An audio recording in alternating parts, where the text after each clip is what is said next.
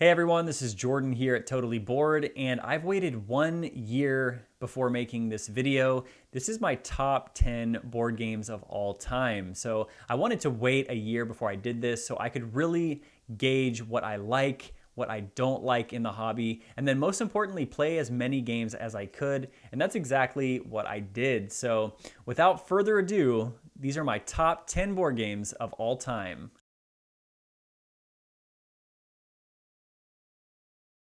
In Dune Imperium, players are warring for control of the land of Arrakis. As a leader of one of the great houses, you will form alliances with political factions, recruit new soldiers and allies, and fight for control of the spice in this worker placement deck builder by Paul Dennen. Dune Imperium is my number 10 for a number of reasons, but the biggest one is how tense this game feels every single time I play it, and I love that. So the main objective here is you want to get 10 victory points, and you can get these a variety of ways. You can get them through intrigue cards, you can get them through conquest victories, which is the little war that happens every single round. You can actually buy victory points outright, but that's very expensive and probably won't happen until later in the game. And then the most common way you're going to be getting these is through the reputation tracks for each faction. So every time you visit a faction, you're going to increase the reputation of that faction. And then once you get to a certain point, you're going to be gaining victory points. If you get towards the top of the reputation track, you will eventually get that faction's alliance token, which gives you a victory point, which you then do immediately on the board. However, if at any point anyone around you or any of the opponents goes further than your tracker, they are going to steal that alliance token, causing you to lose it and them to gain it. Another reason I love this game is just how tight the gameplay feels. At no point do I ever feel like I'm wasting a turn or I'm doing something that doesn't have a meaning. I feel like with any move I'm doing, any turn I'm doing, it has impact. It feels intentional even if I don't mean it to, which I really, really like that about this game. And those are the reasons why Dune Imperium is my number 10.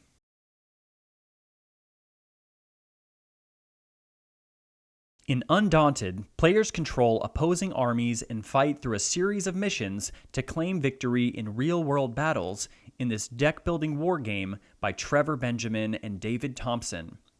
Use your leadership skills to command soldiers to stalk behind enemy lines, control objectives, suppress the enemy, and even take out enemy soldiers for good. Undaunted is my number 9 because this game is just incredible. That's why it's my number 9. That's all you need to know, but I'm going to give you a little more detail. So in this game, like I mentioned, this is a deck builder and you're taking on the role of a general essentially, calling the shots on the battlefield, and you're going to be controlling your soldiers, telling them what to do, telling them to move, to scout the area. You can have people who can mortar or snipers. There's all kinds of stuff you can do in this game.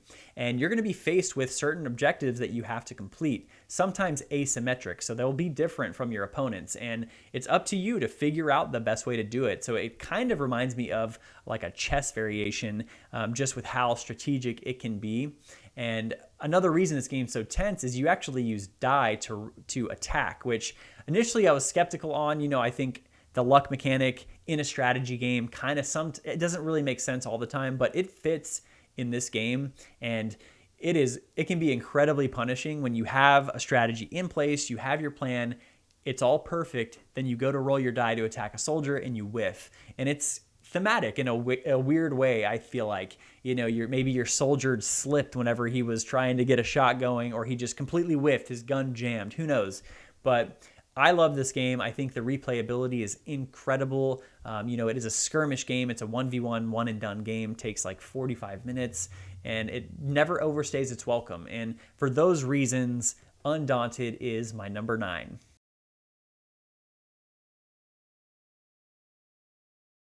Race your way to victory in Heat Pedal to the Metal by Asker Granerud and Daniel Peterson. In this hand management racing game, you will upgrade and modify your car before races, and you'll be required to shift gears efficiently and prevent your car from overheating in order to claim victory. Heat Pedal to the Metal is coming in at number 8 for two main reasons here. First being how accessible this game is. The second being how replayable this game is. This is a game that I can bring to any group of my friends and they're all gonna have a really, really good time. It's easy to learn, it's easy to teach, but it has a surprising amount of depth to it as well. You're gonna be juggling your car's heat, and if at any point you have too much heat in your deck or in your hands, your car is going to spin out, causing you to essentially lose a turn. So you never wanna let that happen, and you can mitigate this by timing your shifting correctly. If you ever downshift into second or first gear, it's going to allow you to remove a certain amount of heat from your hand and then put it back into your engine. So you have this little cycle of things going, and it's a little deeper than people give it credit for, and it's a huge reason why I love this game. The second reason is how replayable this game is, and that's because the game comes with 2 double-sided boards, which is going to be 4 maps in total, but it also comes with a championship module, which is kind of like a little campaign where you'll be doing a circuit and doing all kinds of races against real people or against AI. For those reasons, Heat Pedal to the Metal is an incredible game in my opinion, and it deserves a spot in everybody's collection.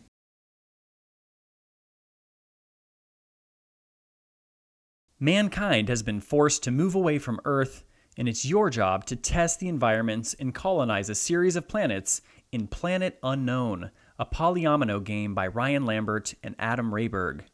Planet Unknown is a relatively new game to me, but it's already managed to get into my top 10, and I love this game for its indirect player interaction. So in a lot of polyomino games, you're gonna have your player board, and that's it. You don't really have to worry too much about what other people are doing on their board, but that's not the case in this game. So whenever it's your turn, you're going to be selecting from a huge amount of polyomino tiles that are in a Lazy Susan, and you have a player marker in front of you. So when it's your turn, you're gonna spin the Lazy Susan, find which tile you want, and you're gonna stop it in front of the tile that you would like to take. And then you lock in your pick.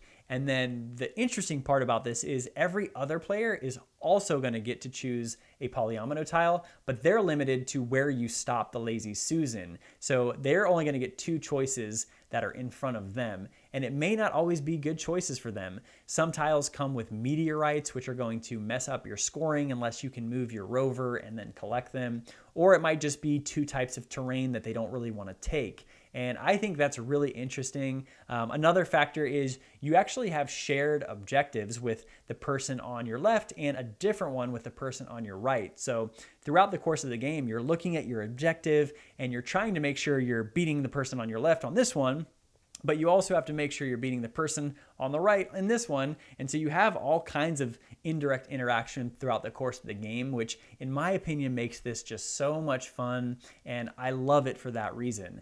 I think this game is also really, really accessible. It's easy to learn, easy to teach, and has a lot of depth between all of the polyomino tiles you can make and the asymmetric planets that come with the game, on top of the tracks that you can move up in relation to the terrain types that you've taken on your tile. For those reasons, I think Planet Unknown is absolutely incredible, and if you like polyomino games, I can guarantee you that you will like this game or your money back.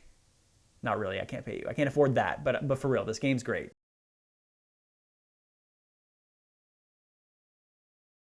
In Great Western Trail by Alexander Pfister, players are vying to be the best rancher in the Old West. You'll be purchasing and selling cattle, hiring workers, and constructing buildings, all while working to have the most profitable herd once you get to Kansas City. Rarely have I played a board game that makes me want to consider changing career paths, but that's exactly what Great Western Trail did. The first few times I played this, I actually considered becoming a cowboy, but I realized I don't know anything about cows and I don't know how to ride a horse, so now I just stick to playing this game. But this is an incredibly fun, thematic Euro game where you are buying and selling cows and trying to be the best rancher you can be.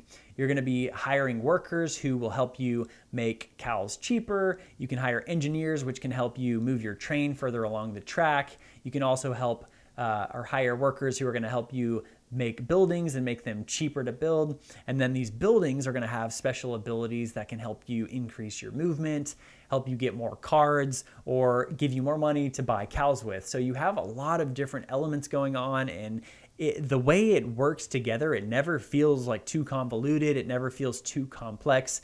And it just ticks something in my brain that it really likes. My brain just loves this game. And that's it. That's why I like this game. And that's why Great Western Trail is my number 6.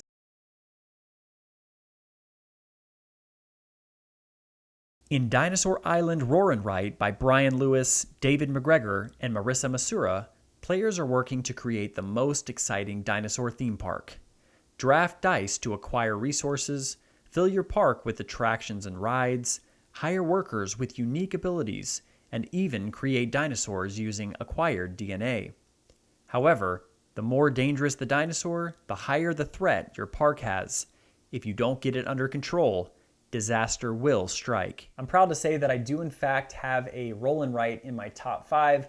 This is Dinosaur Island Roar and Write, and I love this game for a pretty simple reason. The theme and the gameplay in this game are just beautifully mixed together. So in this game, you're trying to make the most thematic, most entertaining dinosaur theme park, aka Jurassic Park, the board game, and you'll be rolling die to then draft resources, and then with those die, you will be using them as workers, essentially, in a worker placement main player board, and then you will also be having polyomino tiles, which are your enclosures, your buildings, your rides, and you will be putting those in your park, trying to connect them with roads that you can gain, and then during the run park phase of the game, you will be able to give these special tours, which will increase the entertainment of your park. You're going to be gaining resources for the buildings that you currently have in your park. So food stores are going to give you money. You can have rides that will increase your entertainment, and just all of these elements going around together. It just fits so beautifully, and I feel like I am in Jurassic Park. And it's weird because it's a roll and write. I wouldn't expect that from a roll and write, but this game just hits the nail on the head, and I love it, love it, love it. And for that reason, this game is my number 5.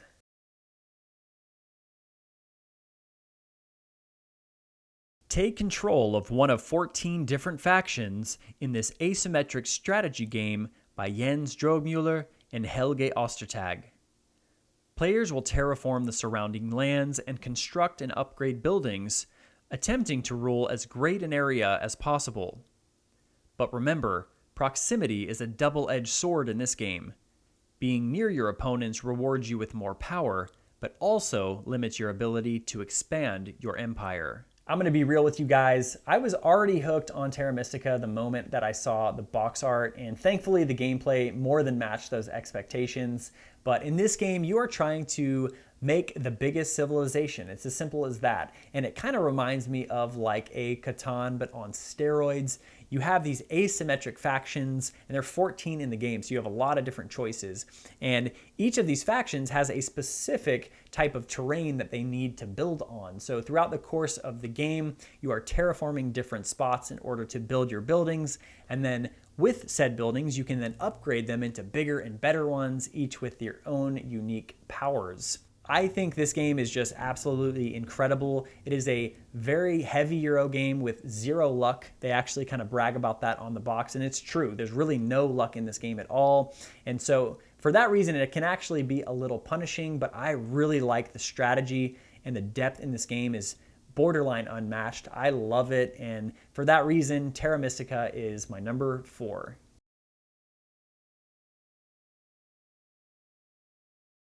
In Pandemic Legacy Season 1 by Rob Daviau and Matt Leacock, disease has plagued the Earth, and it's your job to treat infection hotspots and prevent epidemic events, all while researching cures for each of the 4 plagues before time runs out. So we finally did it. We've made the top 3, and Pandemic Legacy Season 1 is taking that spot. I think the original Pandemic is a really solid 7. I think it's a great game, great for new players, but Pandemic Legacy Season 1 elevates that to a whole nother level, and this game is just absolutely incredible. Now, if you don't know what a legacy game is, essentially throughout the course of the game, you're going to be doing things that permanently change the game state. You might be putting stickers on the map, you could be tearing up cards, something's going to happen that permanently affects future plays of the game, and I'm not going to spoil anything, but stuff happens like in Game 1 that's crazy, and I had no idea. It just blew my expectations away. Kind of like when I first played Gloomhaven, and it just showed me what was possible in a board game. Pandemic's doing the same thing. Pandemic Legacy, it's really changing my perspective on what's possible, especially in legacy games. And for those reasons, Pandemic Legacy Season 1 is my number 3.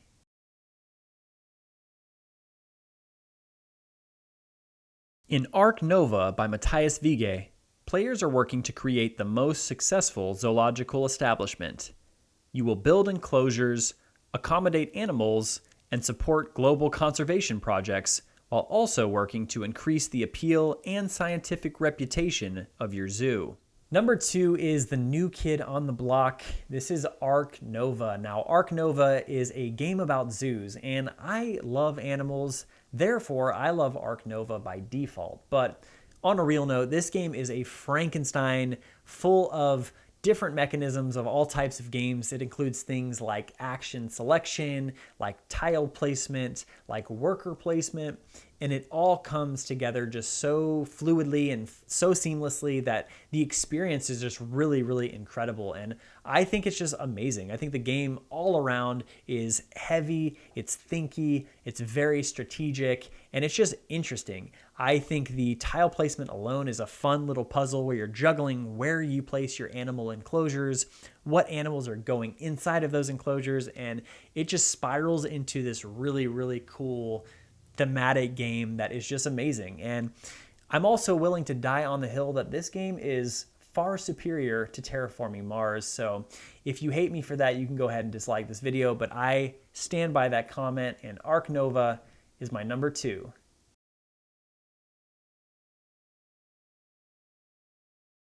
Take control of your own Viking clan in A Feast for Odin, an open-world saga adventure game by Uwe Rosenberg. Players can raid and explore new territories, hunt for food or raise livestock, explore the mountains to acquire resources, and even trade with neighboring territories. The world is your playground in this worker placement polyomino game to become the Viking clan whose possessions bear the greatest value. So we finally made it to number 1. This is A Feast for Odin, and this game is, in my opinion, Uwe Rosenberg's holy grail. This is the epitome of a board game that is just mind-blowingly good, and I kind of feel like I'm cheating on all my other board games because half the time when I'm playing a different game, I'm thinking about A Feast for Odin, and that alone told me that this was my favorite game. But what I really, really like about this game is the amount of freedom that you have. You can achieve victory in so many different ways, and the core objective is you just want to have the most valuable loot or possessions in your player board. That's it. And you can achieve that in so many different avenues. If you want to go whaling and fishing and hunting, you can do that. You can focus on raising cattle and different livestock like pigs and horses. You can go pillaging and try to steal your way to victory. There are just so many cool ways to go about winning in this game, and it really showed me what was possible in a board game. It feels like a big open world adventure game. It kind of like Assassin's Creed. You're not really killing anyone. I guess you are pillaging in a sense, you can, but it just really feels open world, and I love that about this game. It's something I'm not even remotely tired of playing. I only want to continue to play it, and for that reason, A Feast for Odin is my number 1. And those are my top 10 board games of all time. If you guys thought my list sucked complete, feel free to roast me in the comments and dislike this video. But if you did like this, tell me what you liked about it. Tell me your top 10. I'm really curious to see if any of my games were in your lists. But thank you guys so much for watching. This is Jordan here at Totally Board. I'll see you guys next time.